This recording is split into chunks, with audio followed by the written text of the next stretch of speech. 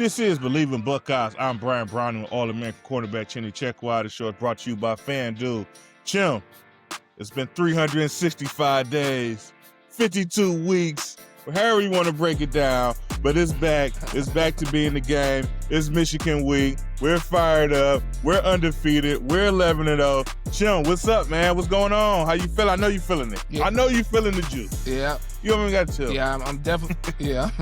Yeah, I'm hyped, man. The season to me officially starts this week, man. This is a week we've been waiting for all year, and honestly, I grew tired, man. The Rutgers, I almost tried to skip a week, but now we're finally here, man. And it's crazy for the number one team in the nation, the defending national champion, to still walk into this week and it feel like we just haven't accomplished anything, haven't done nothing, nothing else matters. And I think it bodes well this year, given how things have unfolded the last few years. And man, yeah, I'm hyped up, man. I'm ready to go. But we do got to recap that last game too. We got to recap, man. Yeah, we can't skip everything, man. I know you was in Michigan week a week ago, but yeah, you know, we did play a team. Let's give them some respect. So, Rutgers came to town, senior day. So, we got to say goodbye to our seniors. And also, we got a lot of, let's say, 3-4 year guys that maybe not be seniors on paper, but if things shake out the way we hope so, that's probably with their last game in the horseshoe. So, big ups to those guys. Obviously, they accomplished a lot. They're national champions. But those guys still got some more meat on the bone, but we're getting there this week. But anyway, we play Rutgers. We beat them 42-9. We're led by our true freshman running back, Bo Jackson, who had 19 carries for 110 yards, 2 touchdowns. James People hit him for a long one for 49 yards, a touchdown. And Julian saying, I mean, it wasn't that. What people keep saying? What's the buzzword? A Heisman Moment game or anything Heisman like that. Yeah, no, but he still played solid, and obviously was able to kind of score a bunch of points. Defense led by Caden Curry. He had 6 tackles, a couple sacks, and in the passing game with JJ being out and Tate, Max Clare stepped up, 7 catches for 105 yards. He could have caught a touchdown there as well. What do you think about the record? Was it what you expected to see, kind of trying to get to this moment and gear up for it? Well, it wasn't what I expected. I mean, in terms of like score, it was what I kind of expected. And in terms of like, you know, how interesting the game was in totality, it was kind of what I expected. But it wasn't what I expected overall because we were missing, Carnell Tate, which I guess I expected. You also missing JJ at receiver.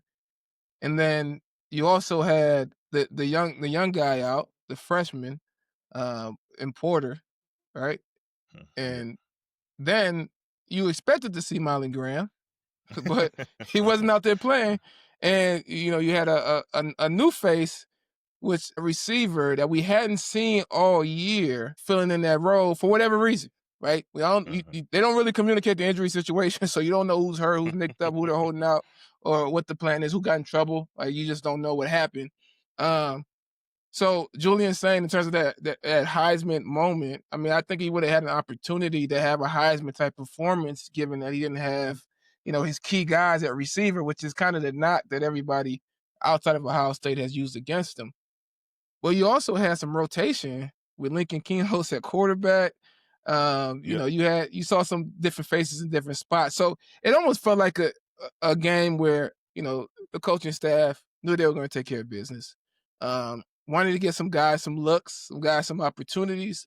For whatever reason, maybe just get them prepared for the run. Maybe for some guys, you know, they need to get some film to put them in the best position postseason, whether it's transfer portal or whatever else. And they were able to do it. So I don't know if I would say it's exactly what I was expecting, but in terms of the end result and the score, it was what I expected overall.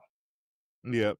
And yeah, so at that receiver, we seen David Adolph. David Adolph kind of get in there and make a couple plays. He got a couple flags. Played pretty solid. Obviously, I think he had an early drop, but, you know, other than that, he played pretty solid. But like you said, we did just expect to see different faces out there in that moment. But once again, I think you said, like you, I mean, you hit it, right? I mean, we beat them by a lot, like we expected. Rutgers struggle against our defense, like we expected. Obviously, they had some pretty good players over there, but against Ohio State, you just don't tend to have your best game, and that was just another showing of that. Chim, real quick, let's give out some Buckeyes. So Let's do it. offensively, let's give it to I want to give it to Max Clare. Obviously, Max Clare has been transfer over as senior.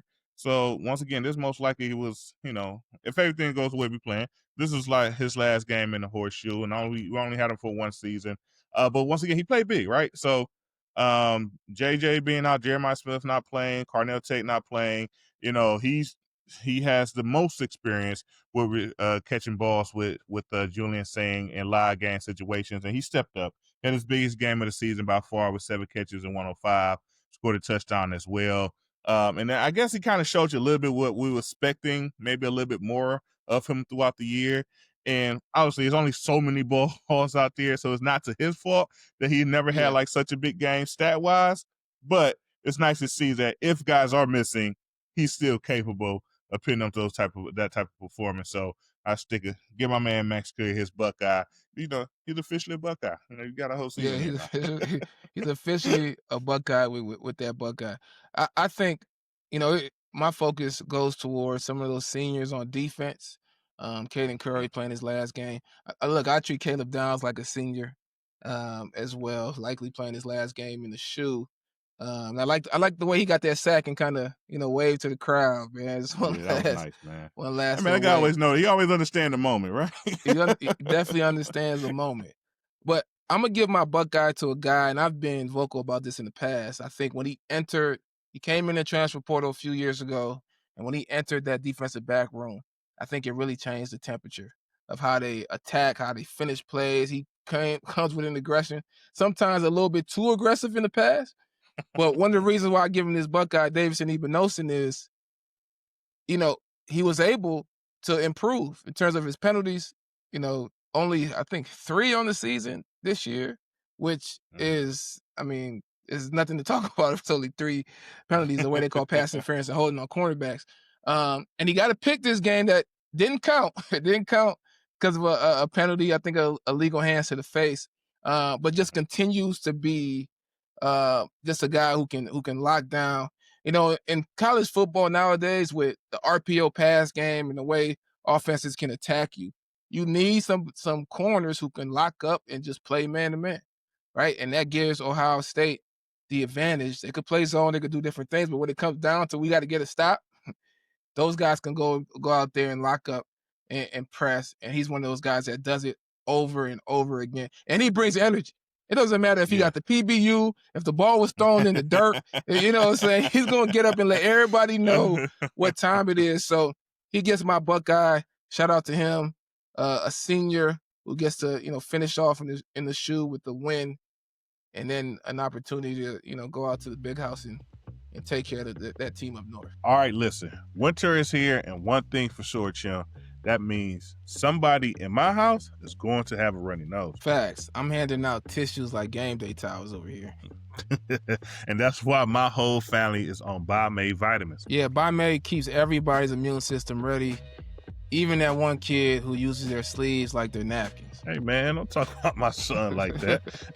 Hey, I didn't name any names. But look, hey, as a former Buckeye and NFL player, you guys know one thing for sure. You have to stay prepared for the tough matchups, and winter germs are no different. So we take it on as a team. If you want your family to stay healthy this winter, get on the Biomed plan. And because you're part of the Buckeye family, use the code TEAMFAMILY for 25% off your entire order. Take care of your squad. Stay healthy, stay winning, and go Bucks. That's right. You're right. That's right. And yeah, so shout out to Rutgers. Obviously, they got to get a win. And I don't know who they played this week. Obviously, they played Ohio State. That's why my attention span for Rutgers got to end. But they need one more win to get bowl eligible. So I don't know who their opponent is, but go out there and get it done. But now, Chim, let's lock in on what everyone and even us is here to talk about, where our thoughts are, where our thoughts have been since our last matchup over the last few years, trying to get this game right for our Ohio State Buckeyes. We have Coach Day, the most literally the most winningest coach in college football history at this point with his winning percentage, but he's struggling at figuring out how to get his team prepared to win this game. First, before you dive into it, what are we gonna have at X and Z or Y? Right. Yeah, X and Z. Jeremiah Right. Smith, Carnell Tate. I mean, are they going to be available? Are they Yeah. going to be available to step up in this game and play? Because obviously we haven't seen them in a few weeks now. Yeah, that's the big question because those guys are massive weapons and they kind of change the entire dynamic of the offense overall. Um, and the way it's looking, Carnell Tate's been out for a while, so I'm really iffy on Carnell Tate. Like I'm really concerned, and my concern goes beyond just this week. It goes into the playoffs, and how long is the injury that whatever he's dealing with? How long does it linger? I'm a little bit more confident that Jeremiah Smith is going to be able to suit up and play just because it just felt like his injury was one of those things you can warm up and play if you have to. And you keep him out for precautionary reasons versus the team that in Rutgers that you don't necessarily need him to get the job done. So that's how I see it. But if they do not play, then it definitely changes the dynamic of the offense. I hope it doesn't change the identity of the offense, even with those guys not being able to suit up and play. What's your take on it though? I feel like, I don't know. My gut feeling says they both would be there, right? And I just gut feeling. Yeah. I read an article here that Jeremiah Smith, he spent some time on Down to Business. So that's, as you know, that's Caleb and Josh Downs, their brotherly podcast they started here in the season. And so a quick quote. They said they had Jeremiah on it for this week. I guess the show ain't technically released yet, but he's on the show. He said, he's dealing with an injury, but he should be able to go on Saturday. And I think that's good enough for me. And I feel the same for Carnell Tate. Like I say, he's been out a while. I'm thinking it's some soft tissue type of thing because they started off saying he felt some type of tightness or maybe a minor strain. But I don't know. I'm just being on the hopeful side of things that he'll be able to get out there and play. But like you say, I think they both will be there. But if they're not, we got to figure out this game. We got to figure out how to make sure that we kind of put our best foot out there, and go out there and perform and still be the Ohio State team that we are, and figure out how to get the job done. In your opinion, how should Ohio State go about attacking this Michigan Wolverine team? What are the things that you're most interested in seeing them do to get this, get over this hump, get this monkey off their back, and right things in Yeah. this rivalry game? Yeah. So what's the thing that Coach Trust and everybody always talks about in this game? You got to win the rushing, right? Mm. Team that wins the rushing wins the game. You got to win the turnover battle, or at least make it even, right? Can't lose the turnover battle, and you got to at least make it even or win the special teams.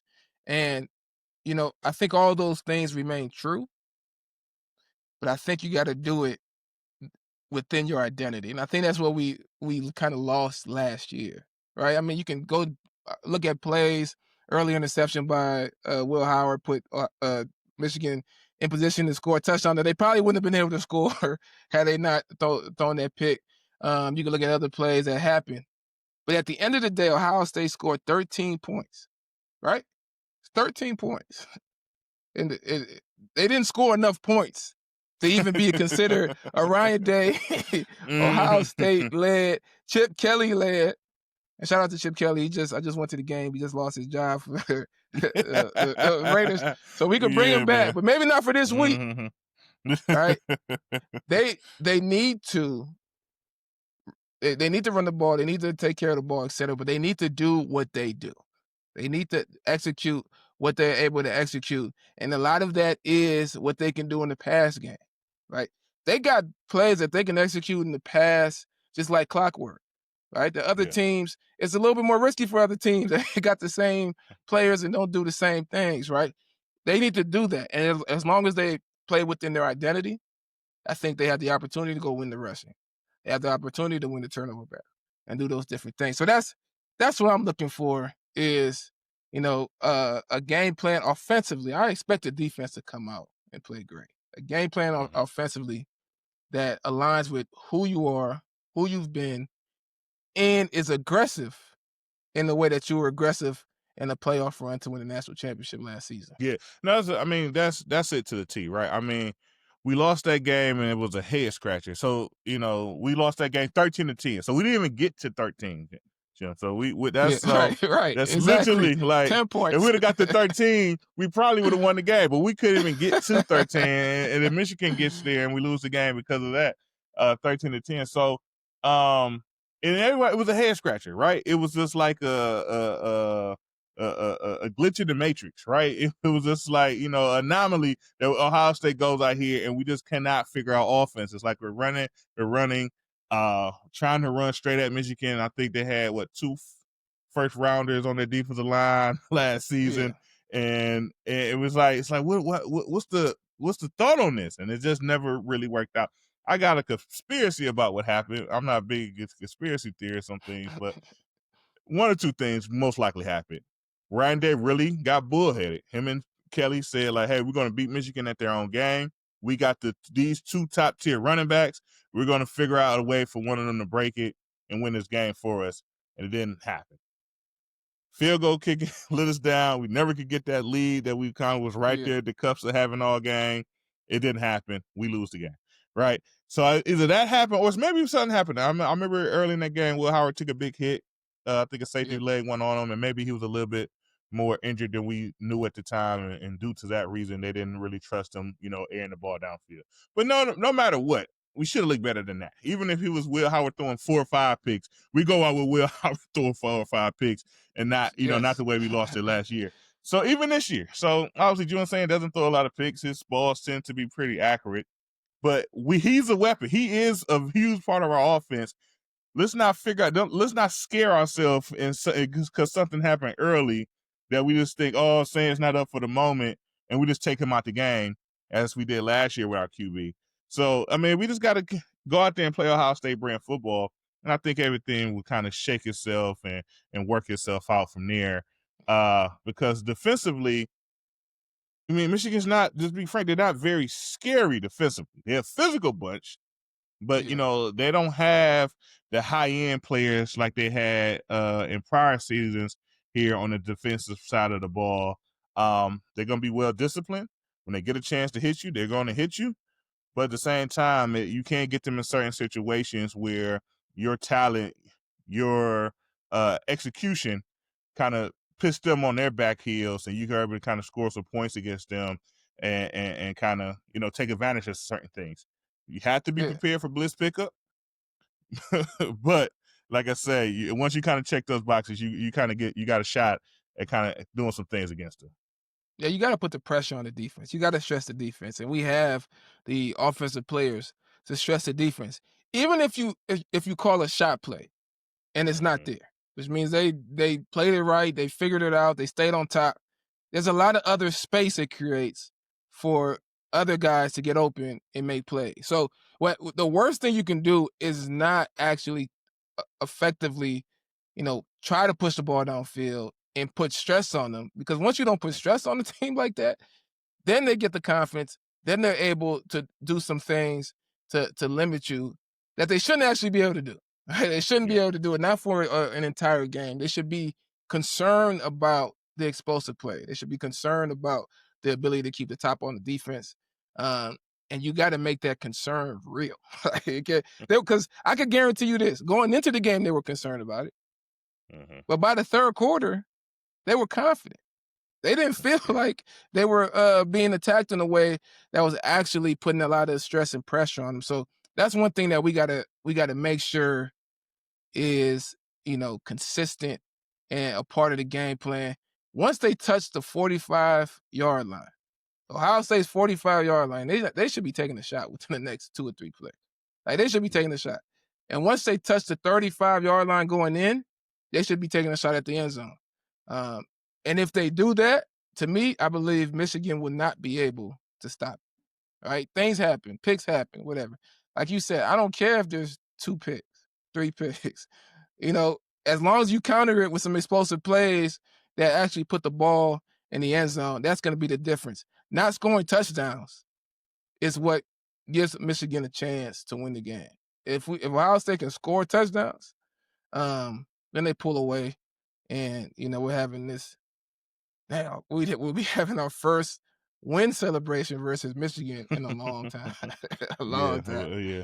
It's been way too long, way too long. But all right, but now let's talk about Michigan's attack. So they're dealing with some injuries as well. Obviously, we're late in Yeah, the season. We're in November. We're playing football. Guys get hurt, so they're both of their leading rushers and Jordan Marshall and Justice Hayes are dealing with injuries. Coach Moore stated that Marshall will most likely be starting the game.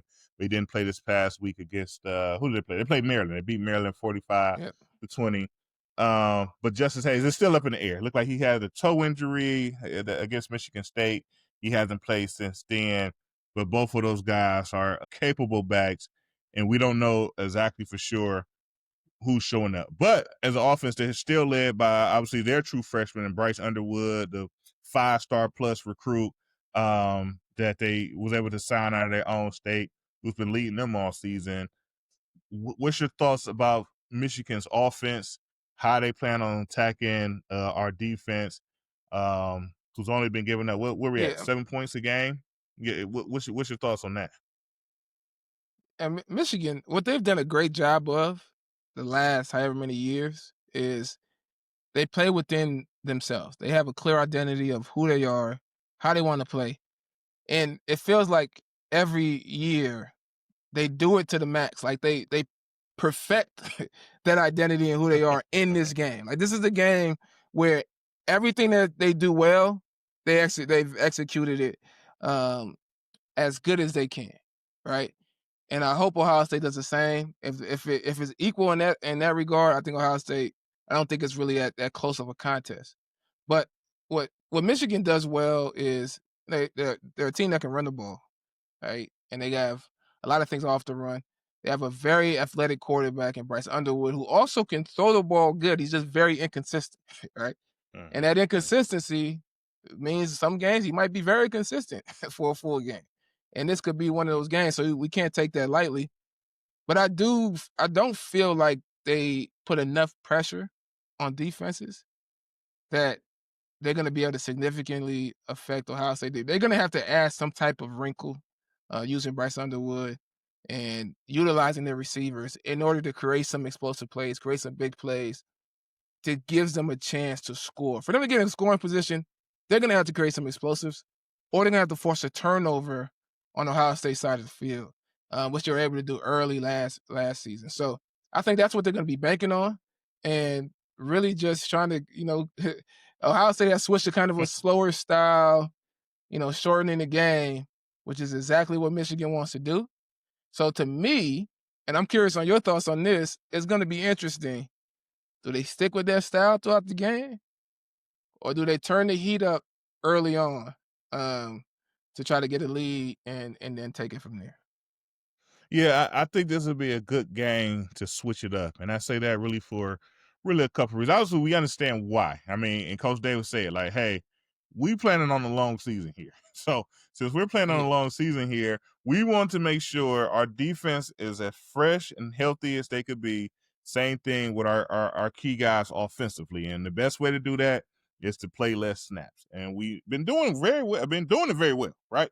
Going out there, controlling games, making every possession counts, turning basically most, certain games, every possession into points, figuring out how to do that until basically the game is in control. And then maybe, we have a few slip ups and things like that of that nature on the possession. But it kind of goes to just show you the level of execution Ohio State has with Julian Sand as being our quarterback. So I don't really want to say I want to go against that. I guess I'm kind of changing my own mind right now, but we should just do essentially what we're comfortable with, right? Yeah. But because when what we do already and what we're comfortable at, it puts a lot of pressure on the defense. We run a bunch of RPOs, so we're literally looking at you and say, we're gonna take what you give us. If this guy steps down to take care of this run, boom, we hit you over your head to one of our wide receivers, and we kind of get money that way. Hey, this guy looked like he's playing coverage a little bit soft. We probably could beat him to the hole now. We're going to hand off the ball and get what we can here on this rushing attack. But I just think, I guess I flip flop myself there because I think, like you said, the main point is we need to get a lead. We need to put that pressure on Michigan to go out, and then they have to execute 10 play drives, 12 play drives for them to get into the Yeah. red zone and have a chance to score touchdowns. If you look at the two games Michigan lost against Oklahoma and USC, both of the teams did a great job at putting pressure on Michigan's offense to be behind, and Bryce Underwood having to make a throw against pressure. He couldn't quite figure it out. Whenever it was known pass situations, he kind of got caught up in the blitz. He didn't know exactly what to do with the football. And so even if he did get it out, it tended to be inaccurate. And then from there, the game kind of just got out of hand due to those situations.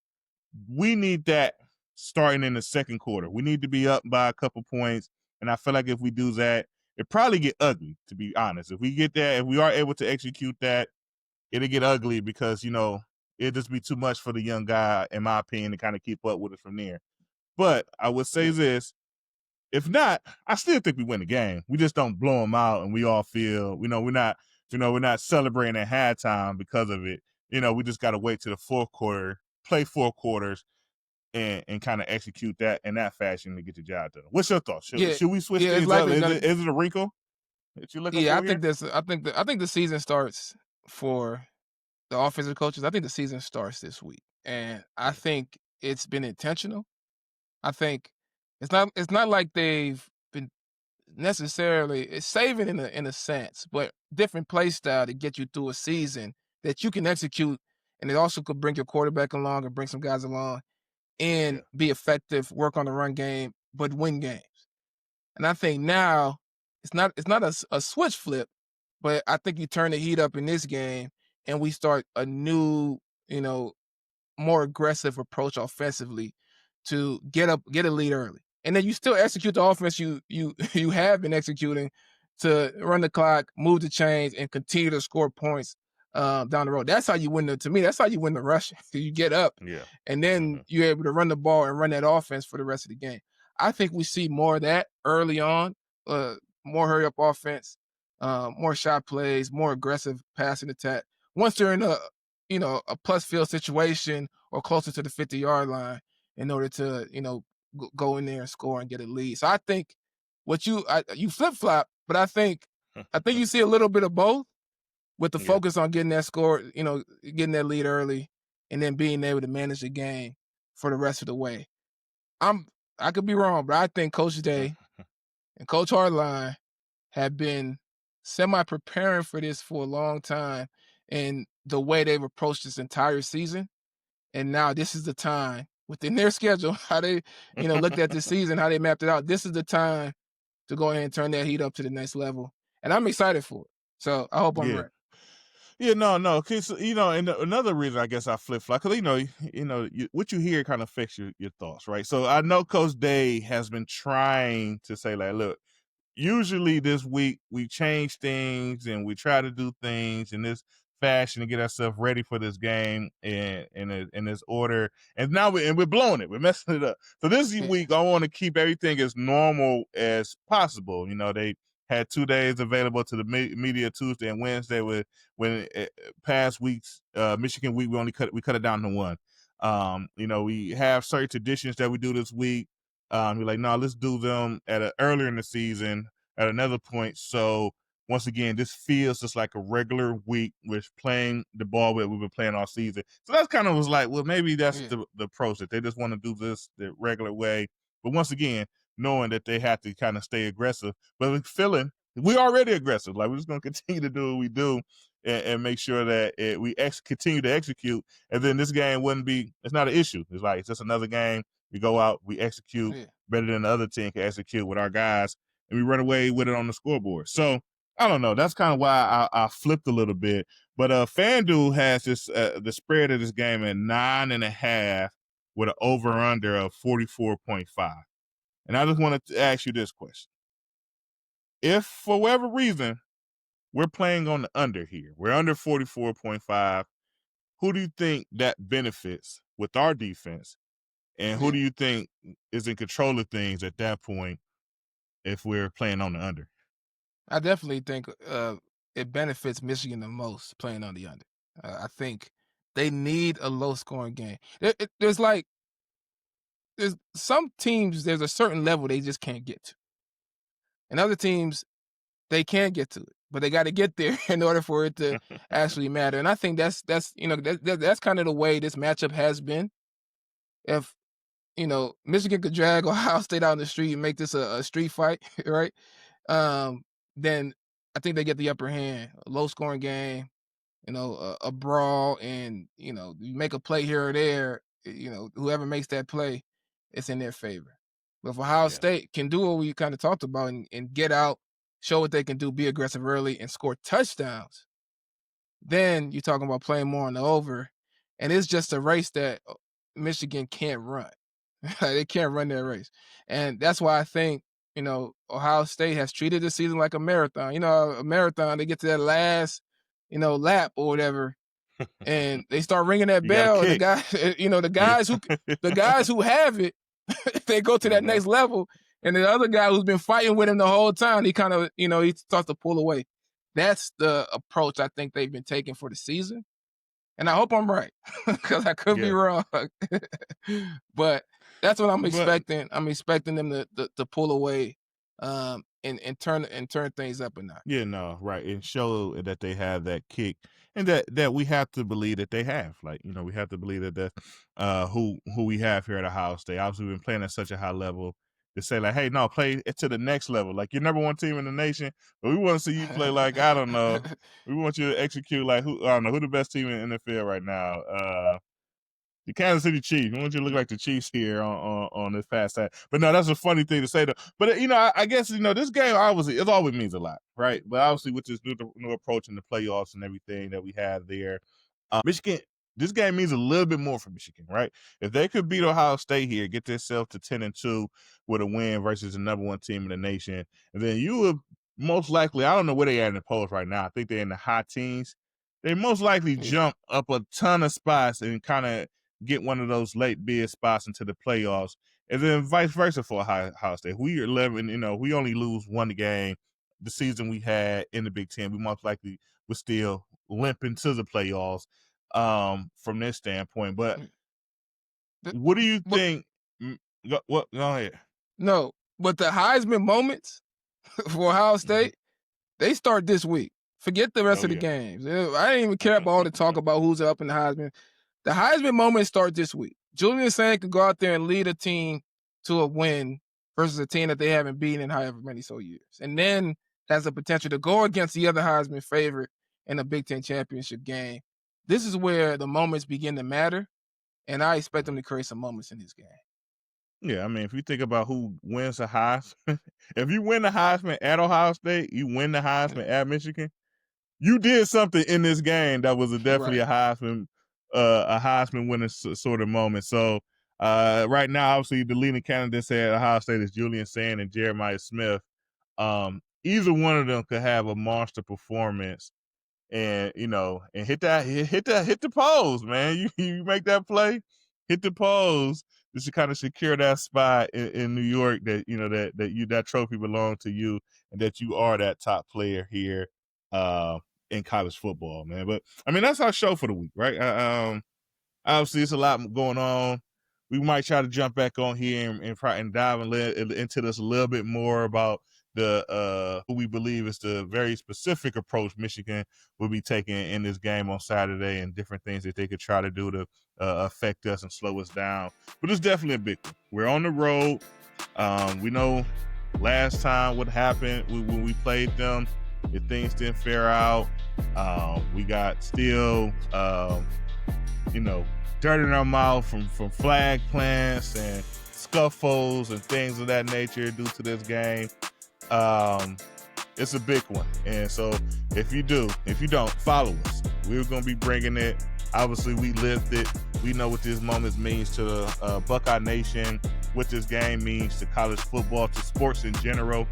So please tune in with us, dial in, YouTube, Spotify, Apple, and we'll be bringing it from our side of things. So we're going to end this show as always with a nice and crisp and firm. Oh, wait. Ayo. Go Bucks. Go Bucks. Beat Ton. Go Bucks. And plant the flag. There you go.